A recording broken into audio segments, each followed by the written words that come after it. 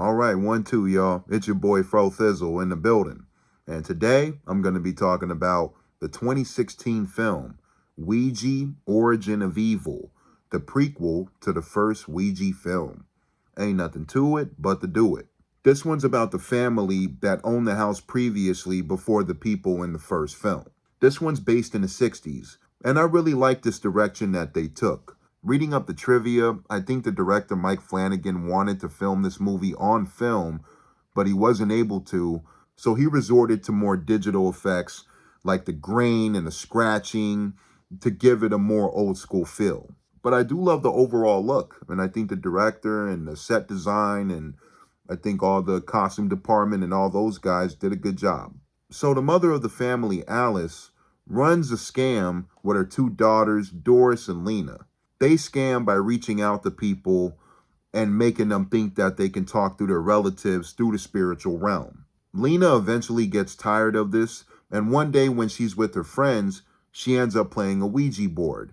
She brings the board suggestion to her mother, who incorporates it into the daily scam.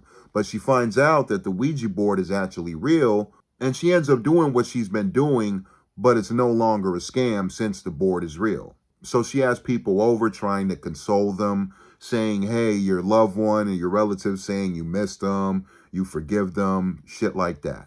Things get crazy when the youngest daughter, Doris, starts getting affected by the Ouija board and starts getting possessed by the fucking evil spirits and the things controlling the board. They have her writing in proficient cursive, writing Polish languages.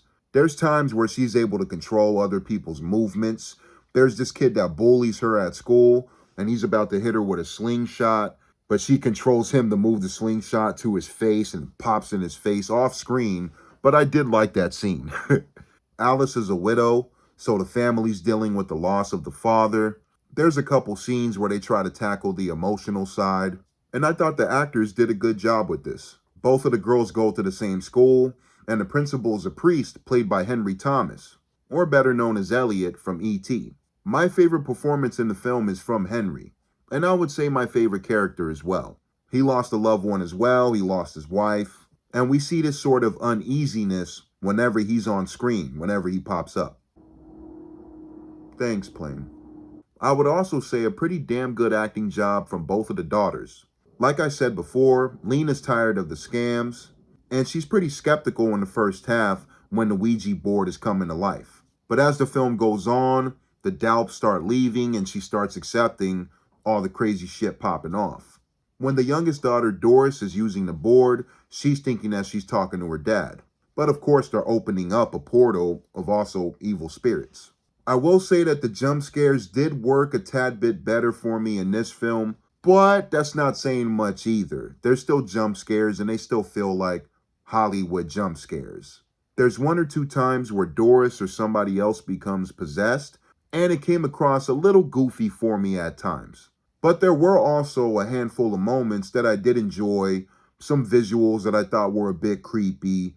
The one thing I really didn't care for was the romantic subplot between Lena and the love interest she has. I can't even remember the guy's name, to be honest. But I really didn't care for this subplot.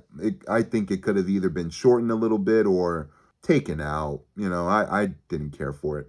But I will say that I did enjoy this Ouija film more than the first flick. I thought the first one was pretty whack. Cardboard characters, nothing really memorable at all. Jump scares were terrible, and the creepiness wasn't there for me. I got a better dose of creepiness with this flick. Having said that, at the same time, I didn't think the movie was a knockout either. Thank y'all for watching. It's been your boy Fro Thizzle. Until next time, peace.